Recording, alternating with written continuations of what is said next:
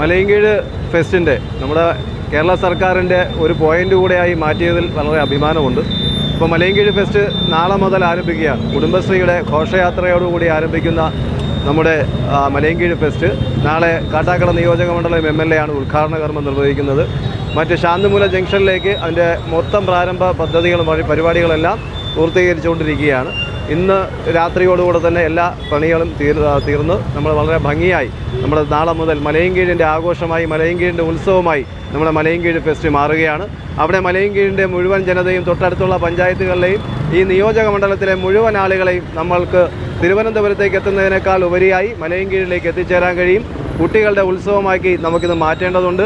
ഈ നാടിൻ്റെ തന്നെ ഉത്സവമാക്കി മാറ്റേണ്ടതുണ്ട്. മലയൻകീഴിൻ്റെ ജനതയുടെ ഒത്തൊരുമൊപ്പം ഒരു വലിയ ആഘോഷമായി ഈ മലയൻകീഴ് ഫെസ്റ്റ് മാറും എന്നുള്ള വിശ്വാസത്തിലാണ് മലയൻകീഴ് ഗ്രാമപഞ്ചായത്ത് ഒത്തൊരുമയോടുകൂടിയും കുടുംബശ്രീയുടെ ഭാരവാഹികളുടെയും ഉൾപ്പെടെയുള്ള ആളുകളുടെ പ്രവർത്തനത്തോടുകൂടെ മുമ്പോട്ട് പോകുന്നത്. ഇന്ന് വളരെ നന്നായി. നാളെ വൈകുന്നേരം 3:30-ക്കാണ് നമ്മുടെ ഘോഷയാത്ര ആരംഭിക്കുന്നത്.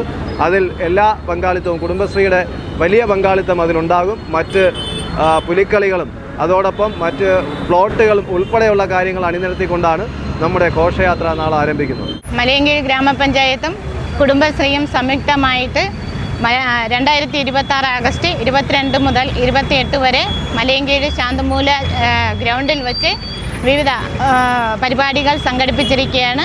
നമ്മൾ നാളെ 22-ാം തീയതി വർണ്ണശബളമായ ഘോഷയാത്രയോടുകൂടി കുടുംബശ്രീ അംഗങ്ങളും നാട്ടുകാരും ഉൾപ്പെടുന്ന ഒരു ഘോഷയാത്രയോട് സംഘടിപ്പിച്ചാണ് ഈ പരിപാടി സംഘടിപ്പിക്കുന്നത്.